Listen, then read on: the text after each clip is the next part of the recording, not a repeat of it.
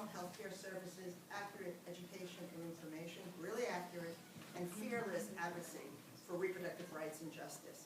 This is why we're so proud to present the Vagina Monologues tonight, to continue this dialogue and end all the stigma around sexual health and violence against women. I want to thank our board member, Susan Chatsky, our amazing board.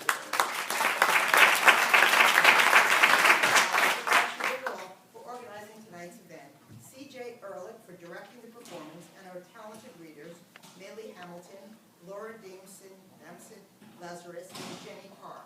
I also want to thank the Board of Art and Stages for donating the theater tonight, and Adam David Cohn, Ann Shankman, and Stephanie Kovacs Cohn for their help with planning this event. And I really want to thank all of you coming. And it's a very difficult time for Planned Parenthood, and having your support here means so much to all of us. There's lots, and the staff raised their hand. There's a lot of staff here today, and they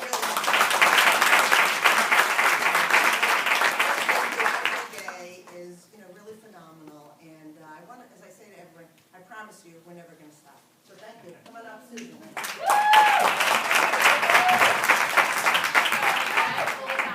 Thank you all for being here, and to really thank the ladies. They worked very, very hard. The director and 3 readers went through many, many rehearsals. If you have seen the Vagina Monologues, you know it can be a little bit uncomfortable to get through, and they are willing to sort of go out on a limb and do this, and they're doing it for me and for Planned Parenthood because they believe in us, and I think that that's amazing.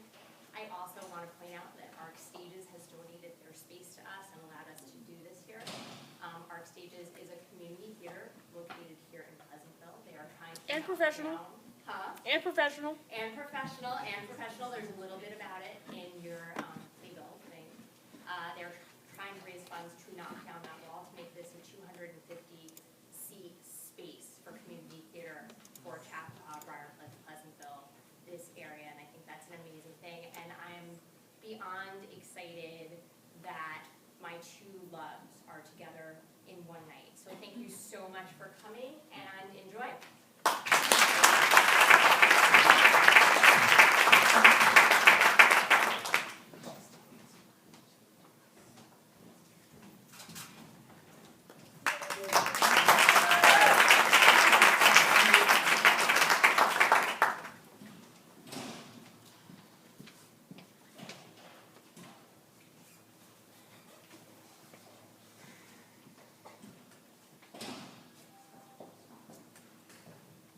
You're worried. We were worried. We were worried about vaginas. We were worried about what we think about vaginas, and even more worried that we don't think about them. We were worried about our own vaginas. They needed a context of vaginas, a community or a culture of vaginas. There's so much darkness and secrecy surrounding them, like the Bermuda Triangle. No one ever reports back from there. In the first place, it's not so easy to even find your vagina. Women go weeks, months, sometimes years without looking at it. A high-powered businesswoman was interviewed. She said she was too busy. She didn't have the time. Looking at your vagina, she said, is a full day's work. You have to get down there on your back in front of a mirror and standing on its own, full length preferred. You've got to get into the perfect position, the perfect light.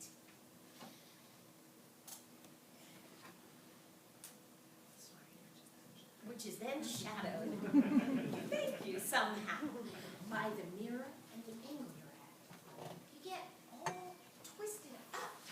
You're arching your head up, killing your back. You're exhausted by then. She didn't have the time for that. She was busy. So there were vagina interviews, which became Vagina Monologues. Over 200 women were interviewed. Old women, young women, married women, single women, lesbians, college professors, actors, corporate professionals, sex workers, African American women, Hispanic women, Asian American women, Native American women, Caucasian American women, Jewish women. Okay, the first, they were reluctant to talk. They were a little shy, but once they got going, you couldn't stop them. Women secretly love to talk about their vaginas. They get very excited, mainly because no one's ever asked them before. Let's just start with the word vagina. It sounds like an infection at best, or maybe a medical instrument like, hurry nurse, get me the vagina! Vagina? Vagina. It doesn't matter how many times you say it, it never sounds like a word you want to say. It's a totally ridiculous, completely unsexy word. If you try to use it during sex, like if you're being politically correct, like, darling, could you stroke my vagina? You completely kill the act right there. We were worried about vaginas, what we call them and what we don't call them. In Great Neck, they call it a pussycat. A woman there said her mother used to say to her, darling, don't wear panties under your pajamas. You gotta let your pussycat air out and breathe. You know, in Westchester, they call it a pookie. In New Jersey, a twat. There's a powder box, a poochie, a poopy, a peepee, a poonanny, a poopaloo, a pal, and a peach. Toady, deedy, nitchy, dignity, monkey box? Coochie snorcher. Cooter, baby. Gladys Siegelman.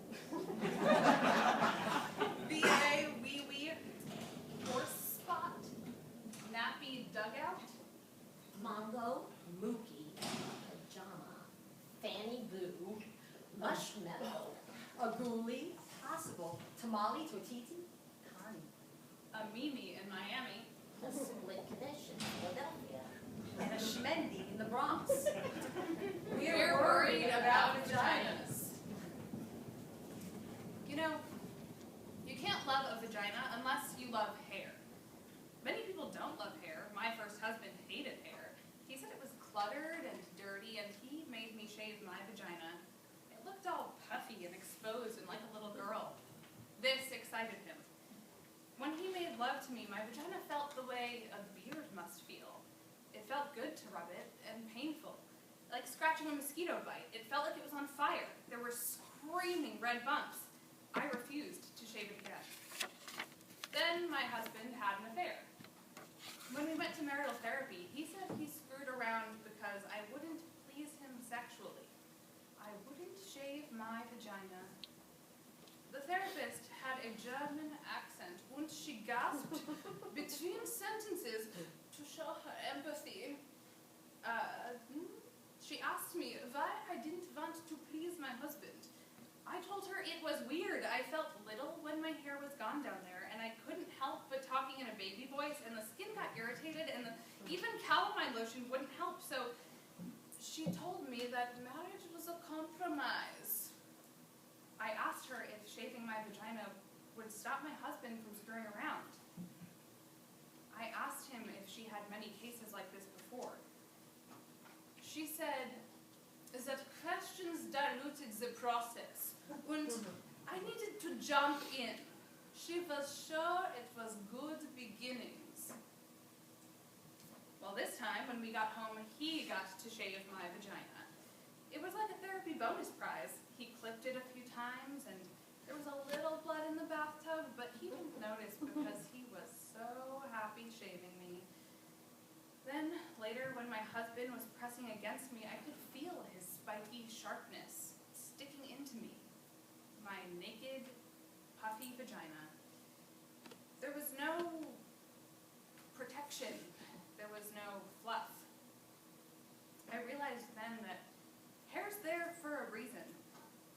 It's the leaf around the flower. It's the lawn around the house. You have to have hair and love hair in order to love the vagina. You can't just pick the parts you want. And besides, my husband never stopped screwing around.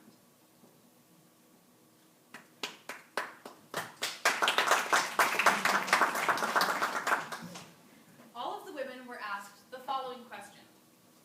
If your vagina got dressed, what would it wear? A beret, a leather jacket, silk stockings, mink, a pink boa, a male tuxedo,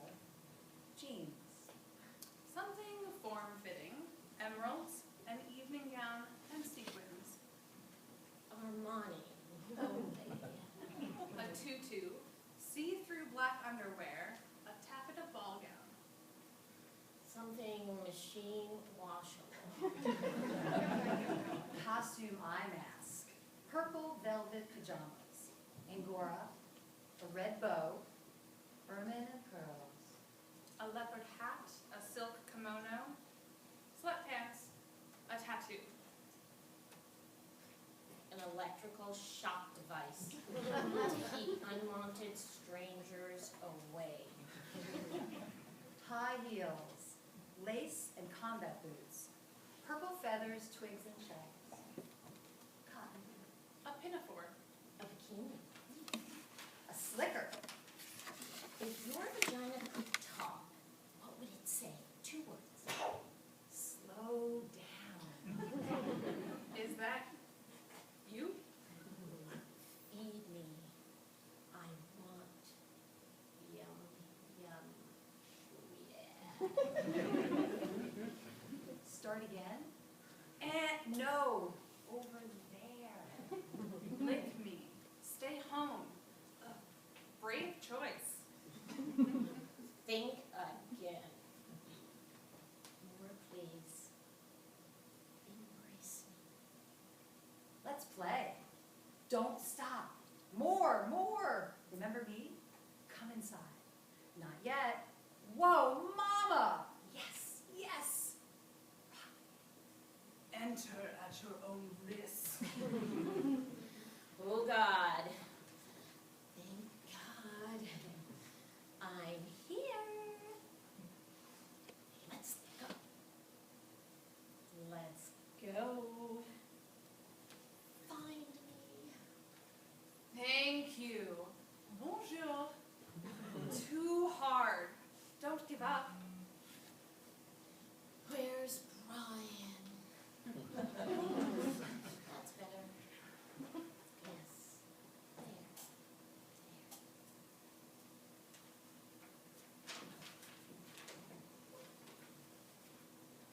There. Down there?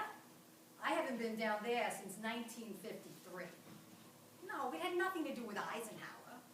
No, it's a cellar down there. It's very damp, clammy.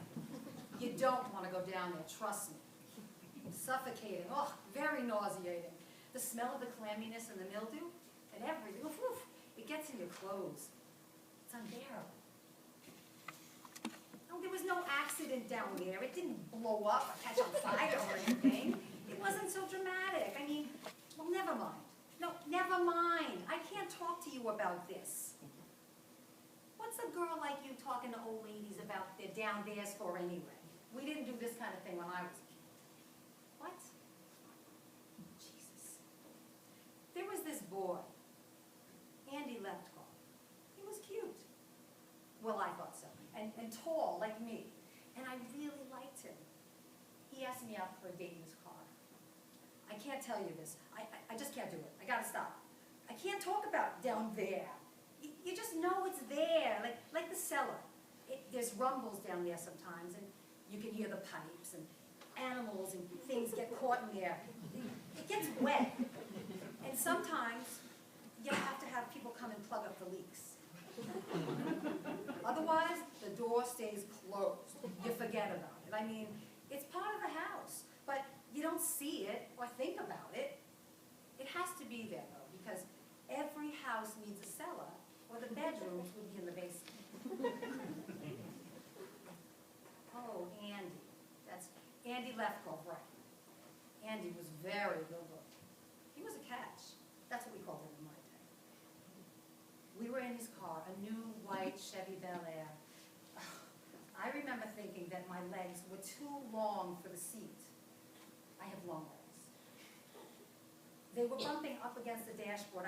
I was looking at my big kneecaps, and all of a sudden, he kissed me in this surprisingly take me by control like they do in the movies kind of way, and I got so excited, well, there was a flood down there. I couldn't control it. It was like this force of passion, this river of life just flooded out of me, right through my panties, onto the car seat of his new white Chevy Bel Air. It wasn't pee, and it was really smelly, and, well, frankly, I didn't think it smelled like anything, but he said, Andy said it smelled like sour milk, and that I was a stinky girl staining his car seat. I wanted to explain that his kiss had caught me off guard. I wasn't normally like this. I tried to wipe the flood up with my dust. It was a new yellow primrose dress, and it looked so ugly with the flood on it. Andy drove me home without saying another word. And when I got out and closed his car door, I closed the whole store. I never went back. Locked it. Never opened for business again. I dated some after that, but the idea of flooding made me too nervous. I never even got close again. I used to have dreams, crazy dreams. Oh, they're dopey. Why? Burt Reynolds. I don't know why. He never did much for me in life, but in my dreams, it was always Burt and I, Burt and I, Burt and I. It was always the same general dream. We'd be at, Burt and I. It was some kind of like a restaurant like you see in Atlantic City, with big chandeliers and stuff, and thousands of waiters in the vests. Burt would give me this orchid corsage. I'd pin it on my blazer. We'd laugh. We were always laughing, Burt and I. Laughing, laughing. We'd eat shrimp cocktail. Huge shrimp, fabulous shrimp. We'd laugh more. We were very happy together. Then, he'd look me in the eyes and pull me to him in the middle of the restaurant. And just as he was about to kiss me, the whole restaurant would start to shake. Pigeons would fly up from under the table. I don't know what the pigeons were doing down there. And the flood, it would come straight from down there. It would pour out of me. It would pour and pour. There would be fish inside of it and little boats. The whole restaurant would fill with my flood. And Burt would be standing there, waist deep in it, looking horribly disappointed that I'd done it again. Horrified as he watched his friends, you know, Dean Martin and the like, swimming by us in their tuxedos, ball gowns. Ugh. I don't have those dreams anymore. Not since they took away just about everything connected with down there. Moved out the uterus, the tubes, the whole works. The doctor thought he was being funny. He said, you don't use it, you lose it. But really, I found out it was cancer, and everything around it had to go. Who needs it anyway? Highly overrated. I've done other things. I love the dog shows. I sell antiques. You ask me what he would wear? What kind of a question is that, what would he wear? He would wear a sign that says, closed due to flooding. What would it say? Where do you get these questions? What would it say? I told you, it's not a person that speaks. It stopped being a thing a long time ago. It's a place. It's a place you don't go. It's closed up, under the house. It's down there. You happy? You made me talk. You got an old lady to talk about her down there. You feel better now? You know, actually, you're the first person I ever told this to. And I feel a little better.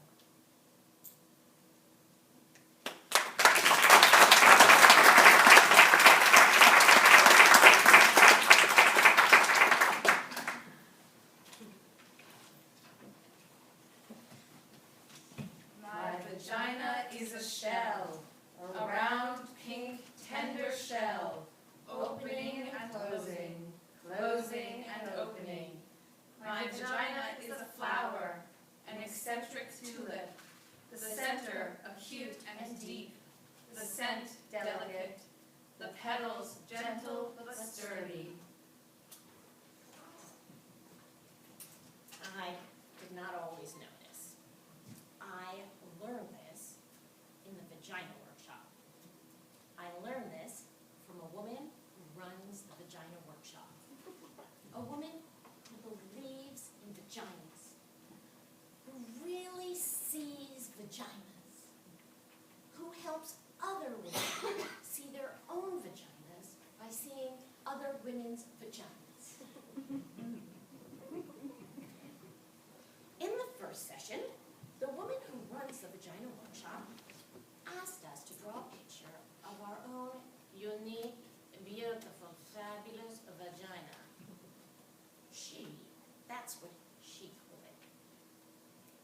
wanted to know what our own unique, beautiful, fabulous vagina looked like to us.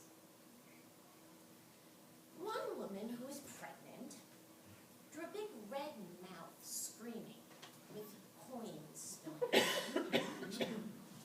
Another very skinny woman drew a big serving plate with a kind of Devonshire pattern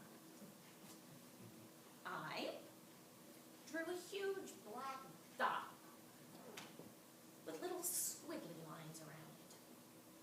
The black dot was equal to a black hole in space. And the squiggly lines were meant to be people or things or just your basic atoms that got lost there.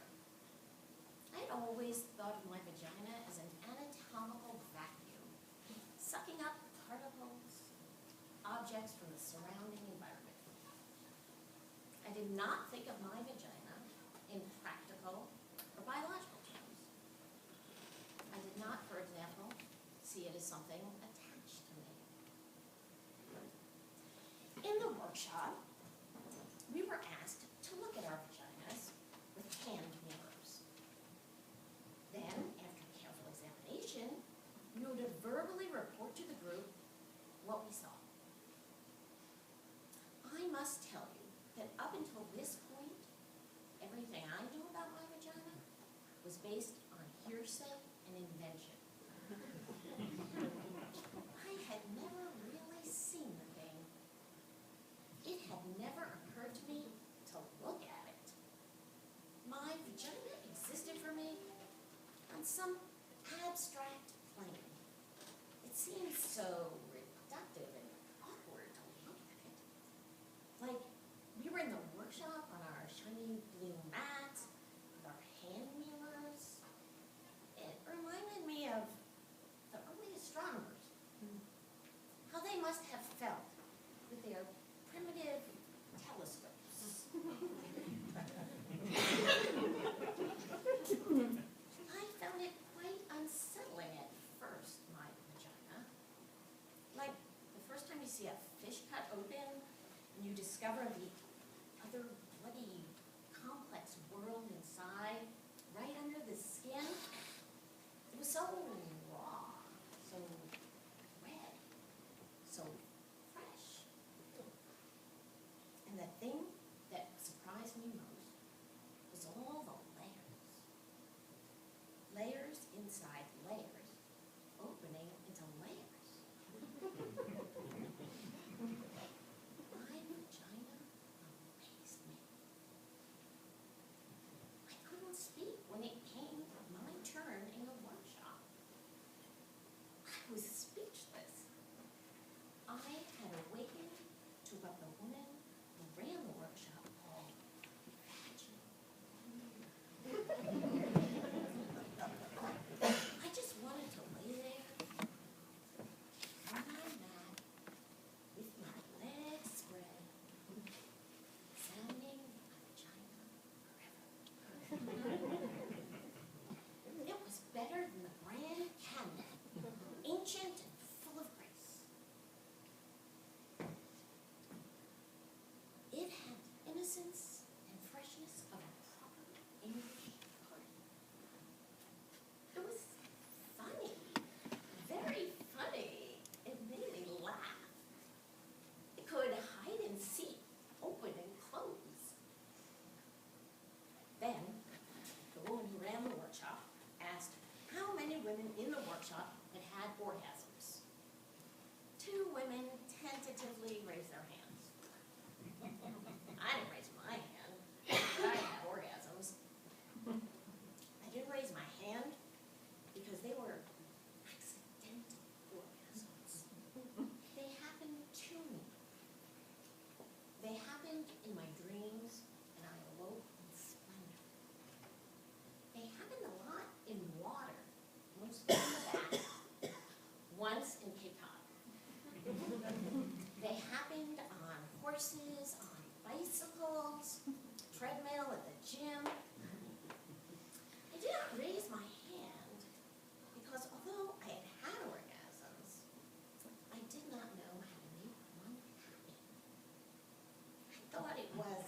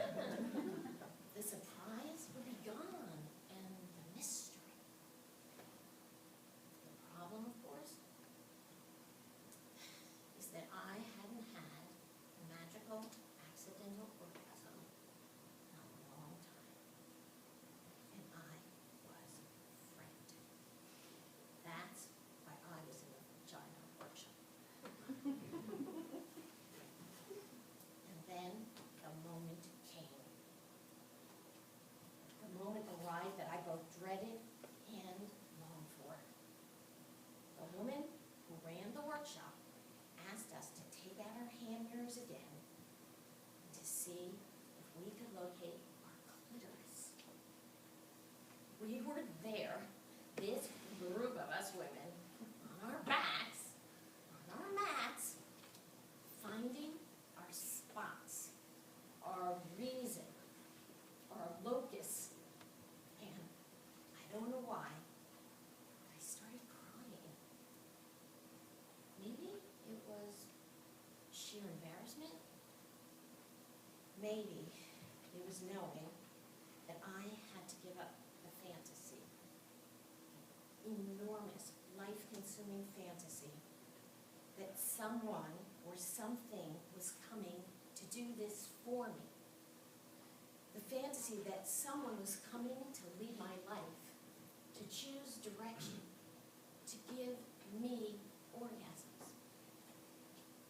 I could feel the panic coming, the simultaneous terror and realization that I had avoided finding my clitoris, had rationalized it as mainstream and consumerist because I was in fact terrified that I did not have a clitoris, that I was one of those constitutionally incapables, one of those frigid, dead, shut down, dry, apricot tasting, bitter. Oh my God. I lay there with my mirror, looking for my spot, reaching with my fingers. And all I could think about was the time when I was 10 and I lost my gold ring with the emeralds in a lake. How I kept diving over and over to the bottom of the lake, running my hands over stones and fish and bottle caps and slimy stuff, but never my ring. The panic I felt, I knew I'd be punished. I shouldn't have wanted swimming. The woman who ran the workshop saw my insane scrambling, sweating, and heavy breathing. She came over. I told her, I've lost my clitoris. It's gone. I shouldn't have worn it swimming. The woman who ran the workshop laughed. She calmly stroked my forehead. She told me my clitoris was not something I could lose. She told me it was me, the essence of me. It was both the doorbell to my house and the house itself. I didn't have to find it. I had to be it. Be it. Be my clitoris. Be my clitoris. I lay back, closed my eyes, put the mirror down. I watched myself float above myself. I watched as I slowly began to approach myself and re-enter. It was very quiet, this re-entry. Quiet and gentle. I bounced and landed and bounced. I came into my own muscles and blood and cells. And then I slid into my vagina. It was suddenly very easy and I fit. I was all warm and pulsing and ready and young and alive. And then, without looking, my eyes still closed, I put my finger on what had suddenly become me. There was a little quivering at first, which urged me to stay. Then, the quivering became a point, an eruption, the layers dividing and subdividing. The quaking broke open exit of light and silence, which opened onto a plane of music and colors and innocence and longing. And I felt connection, calm connection, as I lay there, thrashing about on my big blue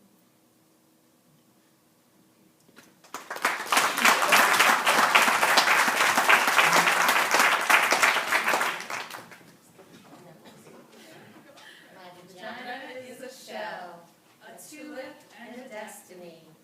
I am arriving as I am beginning to leave. My vagina, me.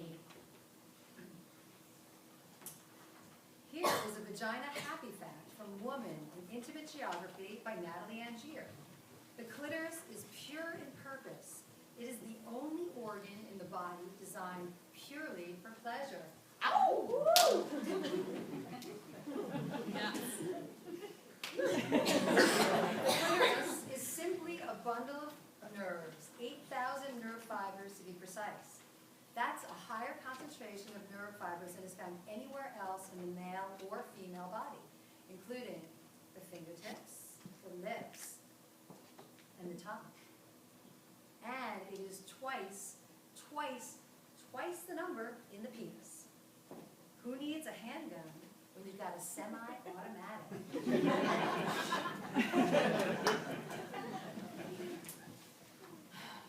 This is how I came to love my vagina. It's embarrassing because it's not politically correct. I mean, I know it should have happened in a bath with salt grains from the Dead Sea, with Enya playing, me loving my woman self. I know the story. Vaginas are beautiful. Our self-hatred is only the internalized repression and hatred of the patriarchy. It's not real, pussies unite. I know it all. Like, if we'd grown up in a culture where we were taught that fat thighs were sexy, we'd be pounding down milkshakes and donuts, lying on our backs, spending our days thigh expanding. But we didn't grow up in that culture. I hated my thighs, and I hated my vagina even more. I thought it was incredibly ugly. I was one of those women who had looked at it, and from that moment on, I wished that I hadn't. It made me sick, and I pitied anyone who had to go down there. In order to survive, I began to pretend there was something else between my legs. I imagined furniture. Cozy futons with light cotton comforters, little velvet settees, leopard rugs, or pretty things like silk handkerchiefs, quilted pot holders, lace settings.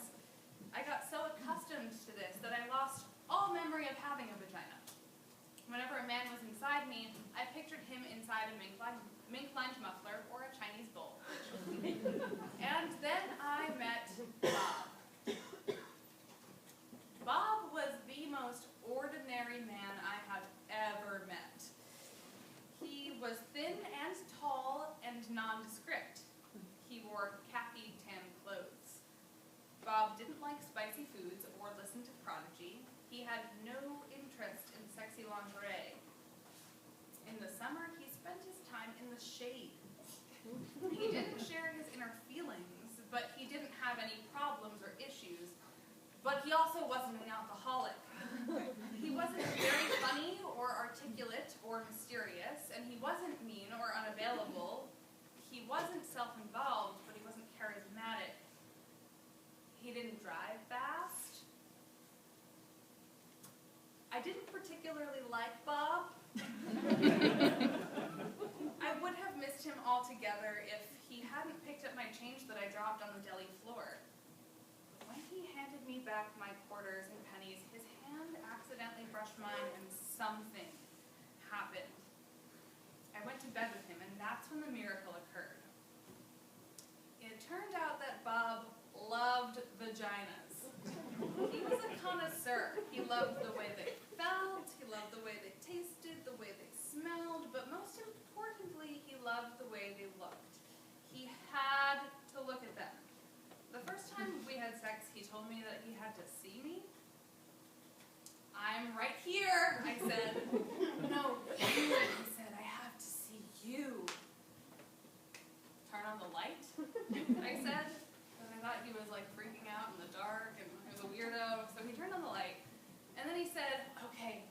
ready to see you. Right here. I waved, and I'm right here. Then he began to undress me. What are you doing, Bob? I said. I need to see you, he replied. No need. No. Just do it. I need to see what you look like, he said.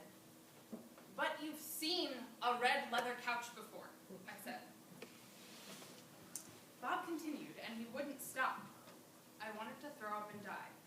No. This is awfully intimate. Can't you just, do it? No. It's who you are. I need to look. I held my breath, and he looked and looked. He gasped and smiled and stared and groaned, and he got breathy and his face changed. He didn't look so ordinary anymore. He looked like a hungry beast. You're so beautiful, he said. You're elegant and deep and innocent and wild. You saw that there? I said. It was kind of like he was reading my palm. I saw that, he said, and more, much more. He stayed looking for almost an hour, as if he were studying a map, observing the moon, staring into my eyes, but no, he was looking at my vagina. In the light, I watched him looking at me, and he was so genuinely excited, so peaceful, so euphoric, I began to get wet and turned on. I began to see myself the way that he saw me. I began to feel beautiful and delicious, like a painting or a waterfall. Bob wasn't afraid. He wasn't grossed out.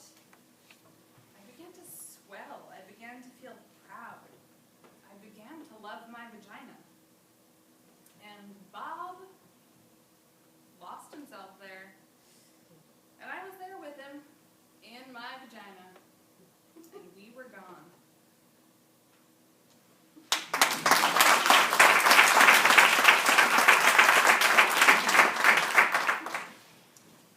Bosnian women refugees were interviewed during the war in Yugoslavia in refugee camps and centers.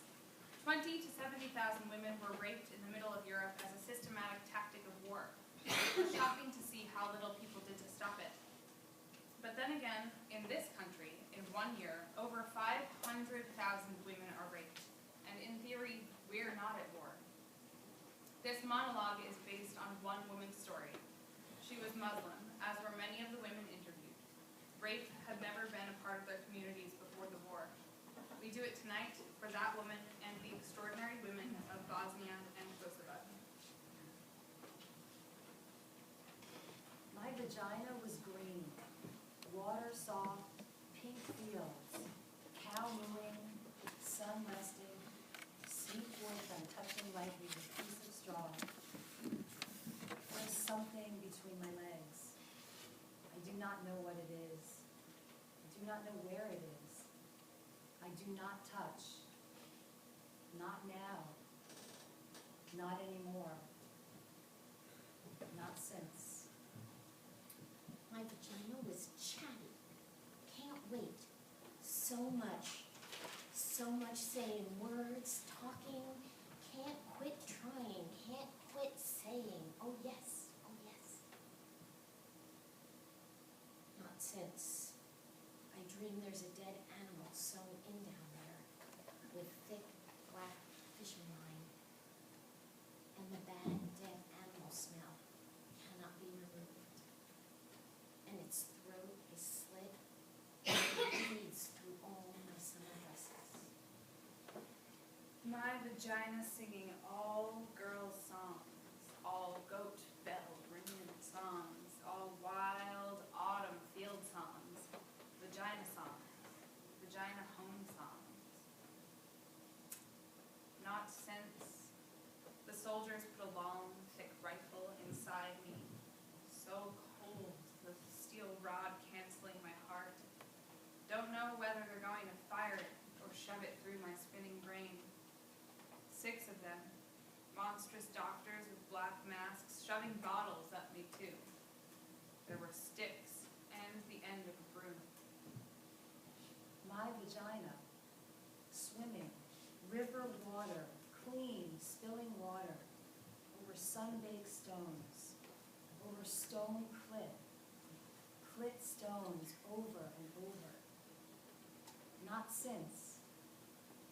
I heard the skin tear and made lemon screeching sounds. Not since. A piece of my vagina came off in my hand, part of the lip. Now one side of the lip is completely gone. My vagina.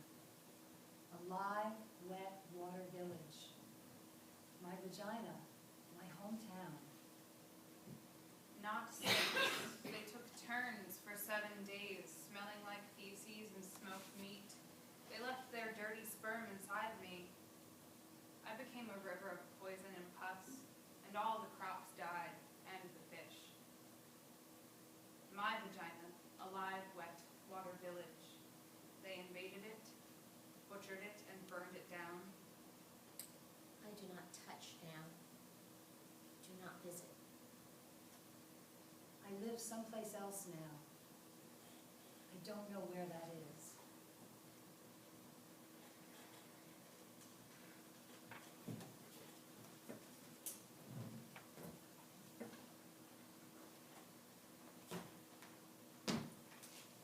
My vagina's angry.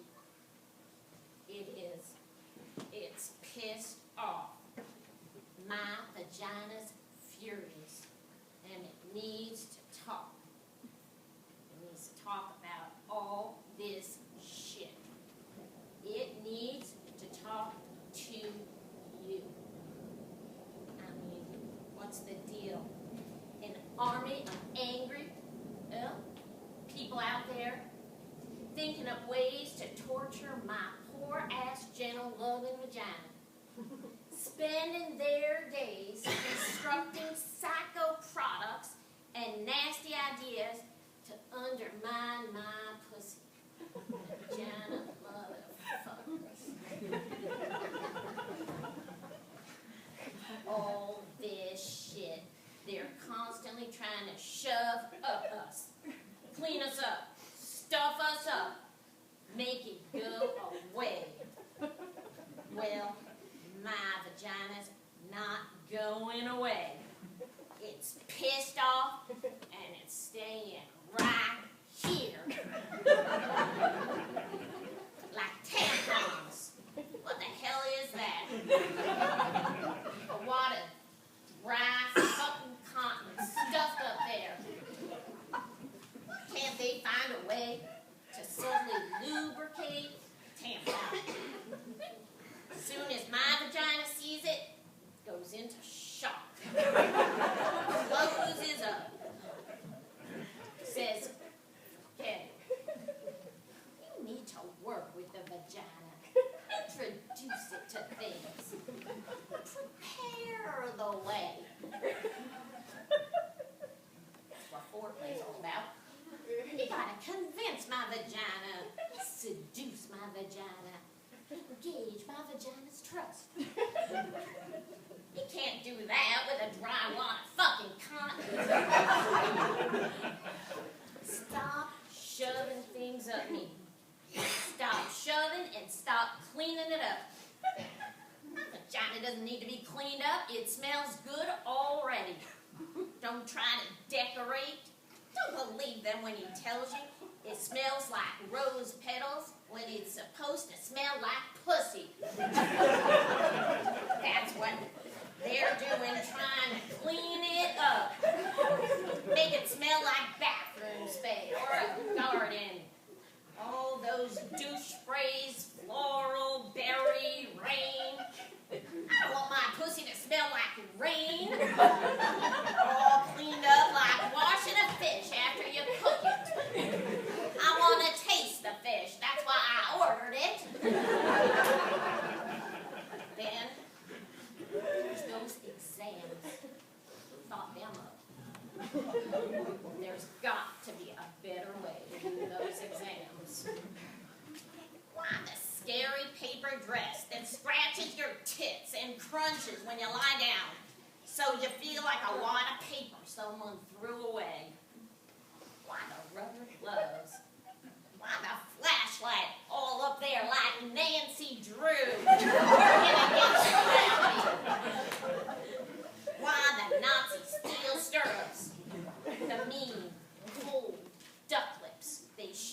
inside you. What's that? My vagina's angry about those visits. It is. It gets defended weeks in advance. Won't go out of the house. Then you get there. Don't you hate that? Relax your vagina. Relax your vagina. Wow. So you can shove those mean, cold duck lips inside it? I don't think so. Can't they find some nice, delicious purple velvet and wrap it around? Lay me down on some feathery cotton spread. Put on some nice, friendly pink or blue gloves. And rest my feet in some fur-covered stirrups. Warm up the duck lips. Work with my vagina. But no, more tortures.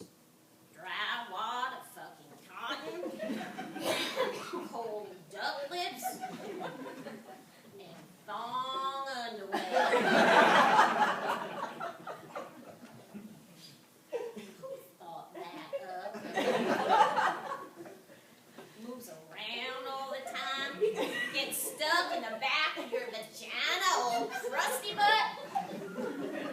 Vagina's supposed to be loose and wide, not held together.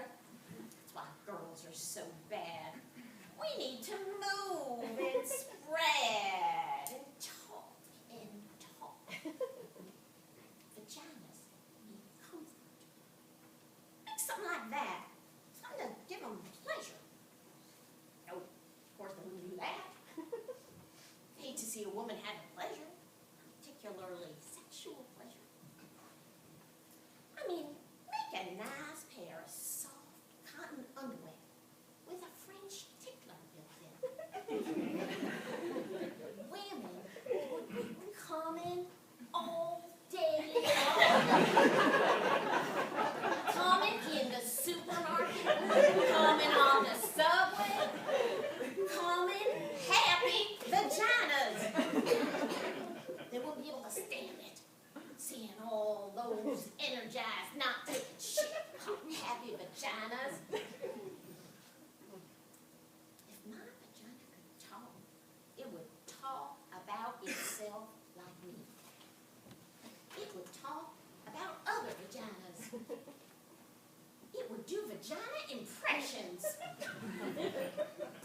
It would wear Harry Winston diamonds, no clothing, just there, all draped in diamonds. My vagina helped release a giant baby. Thought it would be doing more of that. It's not. Now, it wants to travel. Doesn't want a lot of company. Wants to read and know things. And get out more. It wants sex. It loves sex. It wants to go deeper. It's hungry for depth. It wants kindness. It wants change. It wants silence and freedom. Gentle kisses. Warm liquids. A deep touch. It wants chocolate and trust and beauty. It wants to scream. It wants to stop being angry. It wants to come. It wants to want. My vagina, well, it wants everything.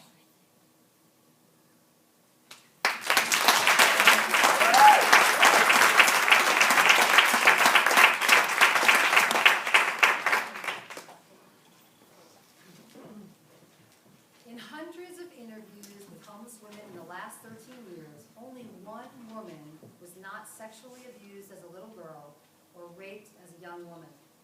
For most of these women, home is a very scary place, a place they have fled. The shelters are ironically the first places many of them ever find safety, protection, or comfort. This is a woman's story as she told it. What isn't in the story is the fact that this woman met another woman in the shelter and they fell in love. And through their love, they both got out of the shelter system. We dedicate this to her memory. Memory, December 1965, 5 years old. My mama tells me in a loud, scary, life-threatening voice to stop scratching my coochie snorcher. I became terrified that I scratched it off down there. I don't touch myself again, even in the bath, because I'm afraid of the water getting in and filling me up till I explode. I put Band-Aids over my coochie snorcher to cover up the hole, but they fall off in the water. I imagine a stopper, a bathtub plug up there to prevent things from entering me. I sleep with 3 pairs of happy heart-patterned cotton underpants underneath my snap-up pajamas. I still want to touch myself sometimes, but I don't. Memory, 7 years old. Edgar Montaigne, who's 10, gets angry and punches me with all his might between my legs. It feels like he breaks my entire self. I limp home, I can't pee. My mama asks me what's wrong with my coochie snorcher, and when I tell her what Edgar did, she yells at me and she says, "Never let anyone touch me down there again." I try to explain, "He didn't touch me, Mama, he punched it." Memory, 9 years old. I play on the bed, bouncing and falling, and impale my coochie snorcher on the bedpost. I make high-pitched, screamy noises that come straight from my coochie snorcher's mouth. I get taken to the hospital, and they sew it up down there from where it's been torn apart. Memory, 10 years old. I'm at my father's house and he's having a party upstairs. Everyone's drinking. I'm playing alone in the basement and I'm trying on my new cotton white bra and panties that my father's girlfriend gave me. Suddenly, my father's best friend, this big man Alfred, comes up from behind, pulls my new underpants down, sticks his big, hard penis into my coochie snorcher. I scream. I kick. I try to fight him off, but he already gets in. My father's there then, and he has a gun. And there's a loud, horrible noise. And then there's blood all over Alfred and me. Lots of blood. I'm sure my coochie snorcher is finally falling out. Alfred is paralyzed for life. And my mama doesn't let me see my father for 7 years. Memory, 12 years old. My coochie snorcher is a very bad place. A place of pain, nastiness, punching, invasion, and blood. It's a site for mishaps. It's a bad luck zone. I imagine a freeway between my legs, and I am traveling going far away. Memory, 13 years old. There's this gorgeous 24-year-old woman in my neighborhood, and I stare at her all the time. One day, she invites me into her car. She asks me if I like to kiss boys, and I say, I do not like that. Then she says she wants to show me something. And she leans over and kisses me softly on the lips, with her lips. And then puts her tongue in my mouth. Wow. She asks me if I want to come over to her house. And then she kisses me again and tells me to relax, to feel it, to let our tongues feel it. She asks my mama if I can spend the night. And my mother's delighted that such a beautiful, successful woman has taken an interest in me. I'm scared, and I can't wait. Her apartment's fantastic. She's got it hooked up. It's the 70s. The beads, the fluffy pillows, the mood lights. I decide right there that I want to be a secretary just like her when I'm vodka for herself. And then she asks what I want to drink. I say the same as she's drinking. And she says she doesn't think my mama would like me drinking vodka. And I say, I don't think she'd like me kissing girls either. And the pretty lady makes me a drink. Then she changes into this chocolate satin teddy. She's so beautiful. I always thought bull daggers were ugly. I say, you look great. And she says, so do you. I say, but I only have this white cotton bra and underpants. And then she dresses me slowly in another satin teddy. It's lavender like the first days of spring. The alcohol has gone to my head, and I'm loose and ready.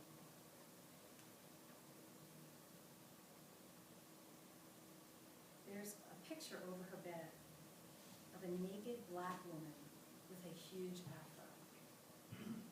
She gently and slowly lays me down on the bed, and just our bodies rubbing makes me come. Then she does everything to me in my coochie snorcher that I always thought was nasty before. And wow, I am so hot and so wild. She says, your vagina, untouched by man, smells so nice, so fresh. I wish I could keep it that way forever. I get crazy wild then, and then the phone rings. Of course it's my mama, I'm sure it is. She catches me at everything. I'm breathing so heavy, and I try to act normal when I get on the phone, and she asks me, what's wrong with you? You been running? I say, no, Mama, exercising. Then she tells the beautiful secretary to make sure I'm not around boys. And the lady says, trust me, there's no boys around here. Afterwards, the gorgeous lady teaches me everything about my coochie snurcher. She makes me play with myself in front of her. And she teaches me all the different ways to give myself pleasure. She's very thorough. She tells me to know how to give myself pleasure, so I'll never need to rely on a man. In the morning, I'm worried that I've become a butch because I am so in love with her. She laughs, but I never see her again. I realized later that she was my surprising, unexpected, and politically incorrect salvation. She transformed my sorry-ass coochie snorcher and raised it into a kind of heaven.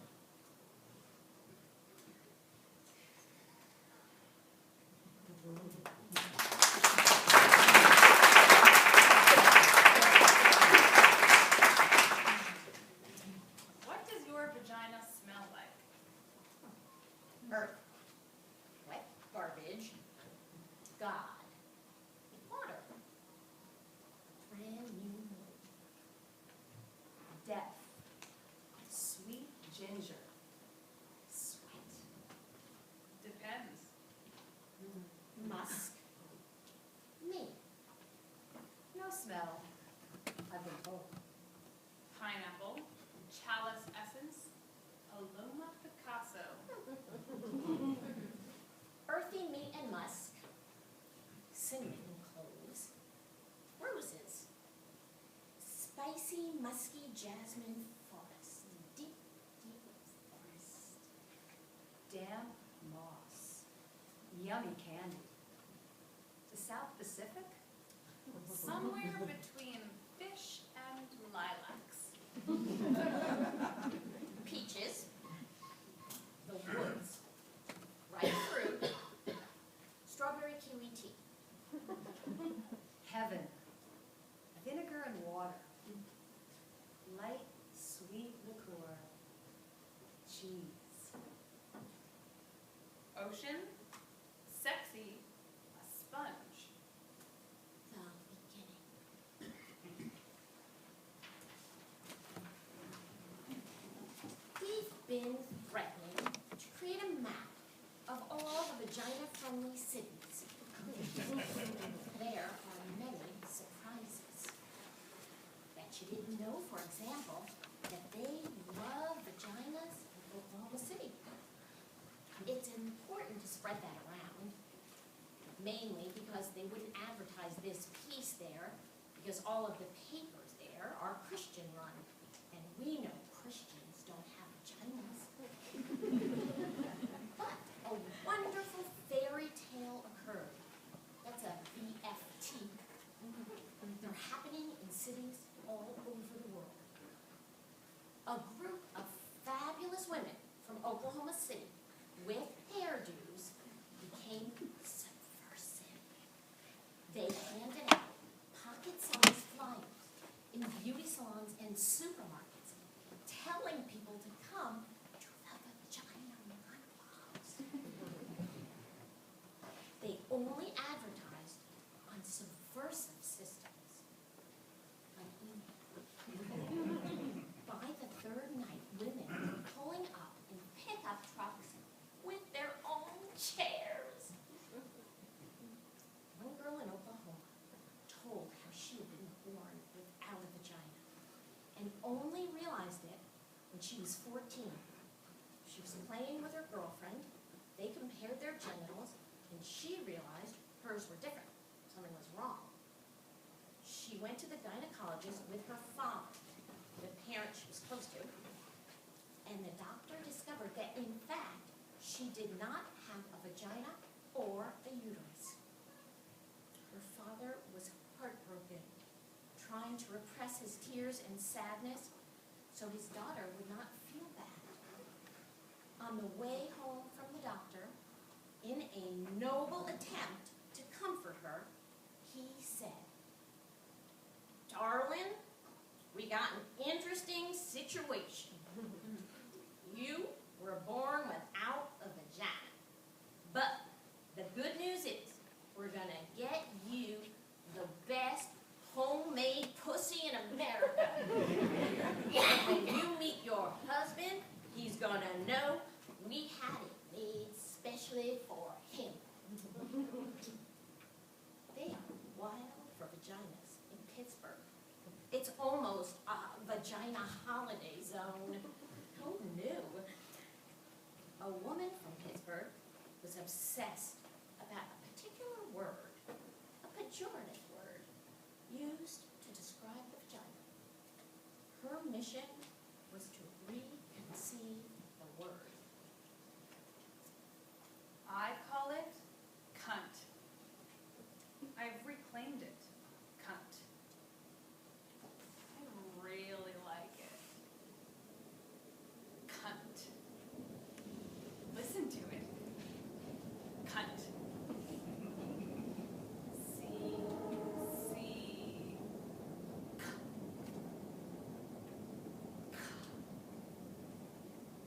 Cavern. Cackle. Clit. Cute. Come closed. See. Closed. Inside. Ka. Then you. Then see you. Then curvy, inviting shark skin. You. Uniform. Under. Up. Urge. You. Then see you. N. Snug. Letters fitting perfectly together. N. Nest. Now. Nexus. Nice. Always. Depth. Always round. In uppercase. C-U-N. C-U-N. A jagged, wicked electrical pulse. N. C-U-N. And soft and warm. N. C-U-N. Then T.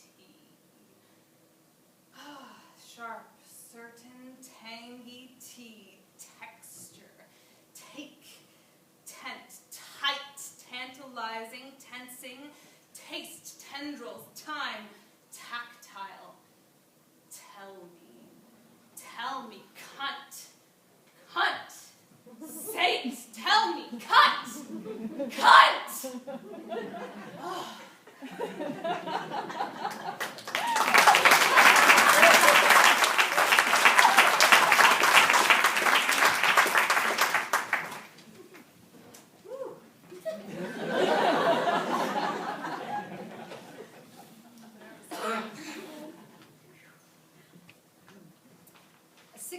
girl was asked, if your vagina got dressed, what would it wear?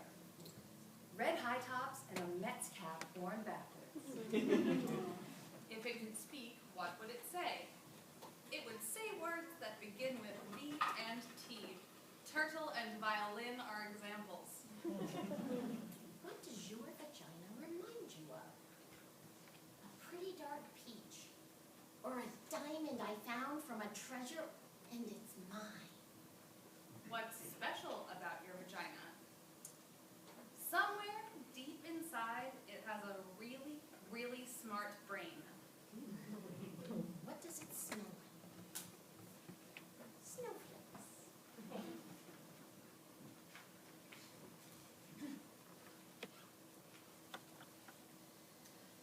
I love vaginas. I love women. I don't see them as separate things.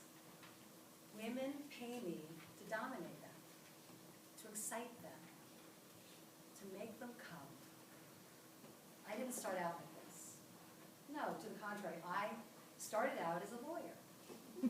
In my late 30s, I became obsessed with making women happy. There were so many unfulfilled women, so many women who had no access to their sexual happiness. It began as a mission of sorts, but then I got involved in it. I got very good at it, kind of brilliant. It was my art. I started getting paid for it. It was as if I had found my calling. I wore outrageous outfits when I dominated women, lace and silk and leather. And I used props, whips, handcuffs, rope, dildos. There was nothing like this in tax law. There were no props, no excitement, and I hated those blue corporate suits. Although, I wear them now from time to time in my new line of work, and they suit me quite nicely. Contacts is all. There were no props in corporate law, no wetness, no dark, mysterious foreplay, no erect nipples, no delicious mouths. But mainly, there was no moaning. Not like I'm talking about anyway. This was the key. I see now that moaning was the thing that ultimately seduced me and got me addicted to making women happy. When I was a little girl, and I would see women in the movies making love, making strange, orgasmic moaning sounds, I used to laugh. I got strangely hysterical. I couldn't believe that big, outrageous, ungoverned sounds like that could come out of women. I longed to moan. I practiced in front of my mirror on a tape recorder, moaning in various keys, various tones. But always when I played it back, it sounded fake. It was fake. It wasn't rooted in anything sexual, really. It was only in my desire to be sexual. Then when I was 10, I had to pee really badly once on a car trip. It went on for almost an hour, and I finally got to pee in this dirty little gas station. It was so exciting. I moaned as I peed. I couldn't believe it. Me, moaning at a Texaco station in the middle of Louisiana? I realized right then that moans are connected with not getting what you want right away, with putting things off. I realized moans were best when they caught you by surprise. They came out of this hidden, mysterious part that was speaking its own language. I realized that moans were in fact that language. I became a moaner. And it made most men anxious. Frankly, it terrified them. I was loud, and they couldn't concentrate on what they were doing. They'd lose focus. And then they'd lose everything. We couldn't make love in people's homes because the walls were too thin. I got a reputation in my building, and people would stare at me in the elevator with contempt. Men thought I was too intense. They thought I was insane. I began to feel bad about my moaning. I got quiet and polite. I learned to choke back my moan, to hold it back like a sneeze. I began to get headaches and stress-related disorders. I was becoming hopeless when I discovered women. I discovered that most women loved my moaning. But I discovered, more importantly, how deeply excited I would get when I made other women moan. It became a kind of passion. Discovering the key, unlocking the vagina's mouth, unlocking the voice, the wild song. I made love to quiet women, and I found this place inside of them, and they shocked themselves with their moaning. I made love to moaners, and I found that they had a more penetrating, deeper moan. I became obsessed. I longed to make women moan, to be in charge, like a conductor maybe, or a band leader. It was a kind of surgery, a kind of delicate science, finding the tempo, the exact location of the moan, the home of the moan. That's what I called it. Sometimes I found it over a woman's jeans. Sometimes I snuck up on it, off the record, quietly disarming the surrounding alarms and moving in. Sometimes I used force, but not violent or pressing force, more like dominating. I'm going to take you someplace wild, laid back and enjoy the ride kind of force. Sometimes it was simply mundane. I found the moan before things even got started. Casually, like we were eating salad or chicken, just casual, right there with my fingers. Here it is, like that. Real simple in the kitchen, all mixed in with the balsamic vinegar. Sometimes I used props. I loved props. Sometimes I made the woman find her own moan in front of me. I waited. I stuck it out until she opened herself. I wasn't fooled by the minor, more obvious moans. No. I pushed her all the way, further, all the way into her power moan. There's the clit moan.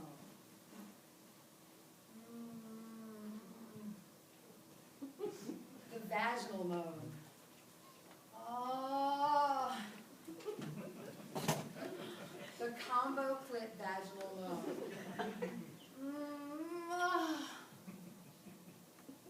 The almost moan. The right on it moan. Oh, yeah. The elegant moan.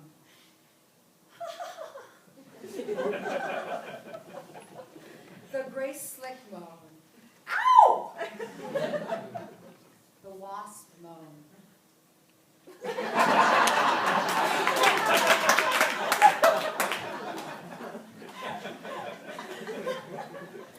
The Jewish moan. No. The mountaintop moan.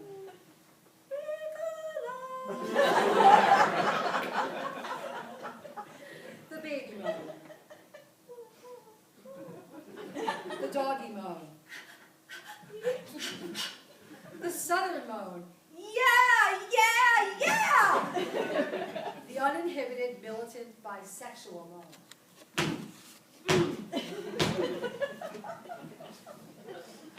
The machine gun moan. The tortured Zen moan. Ah! The diva moan. And finally, the surprise, triple orgasm moan. Oh, yes, yes, yes,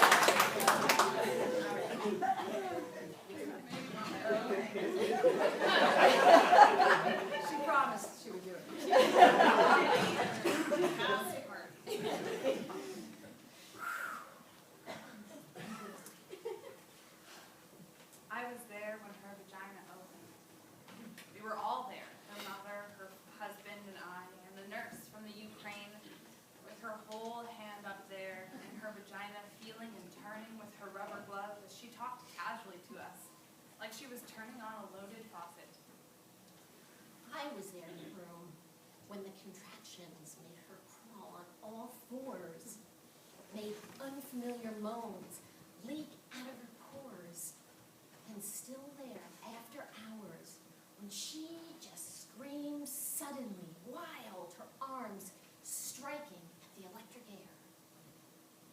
I was there when her vagina changed from a shy sexual hole to an archaeological tunnel, a sacred vessel, a Venetian canal, a deep well with a tiny stuffed child inside, waiting to be rescued. I saw the colors of her vagina. They changed.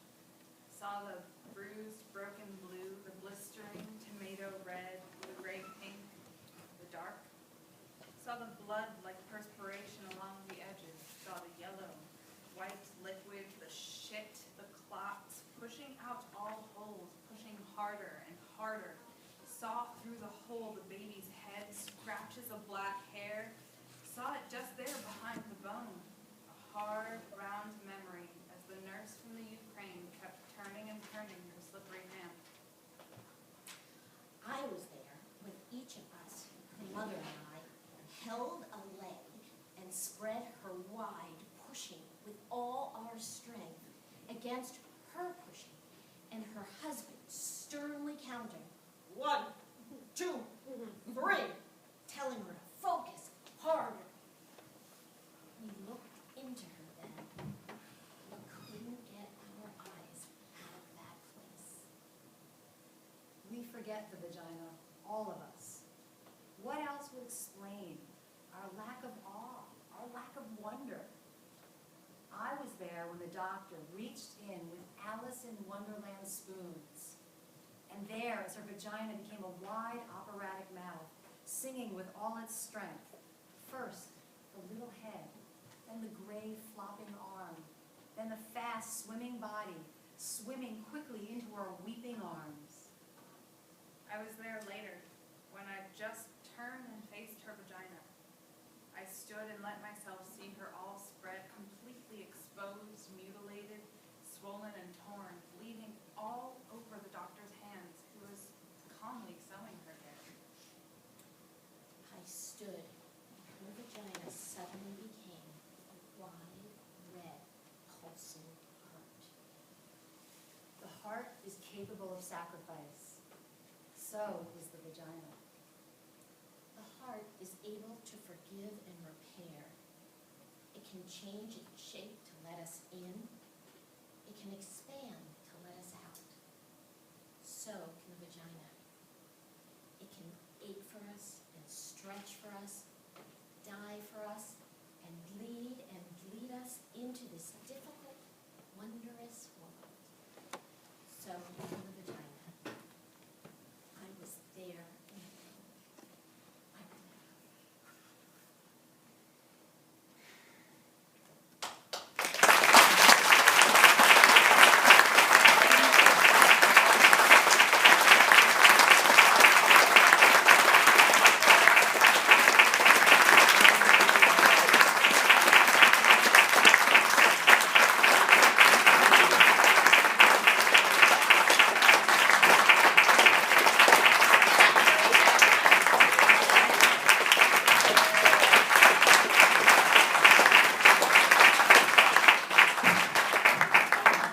Susan, where's Susan and CJ? Please come up. Thank you so much.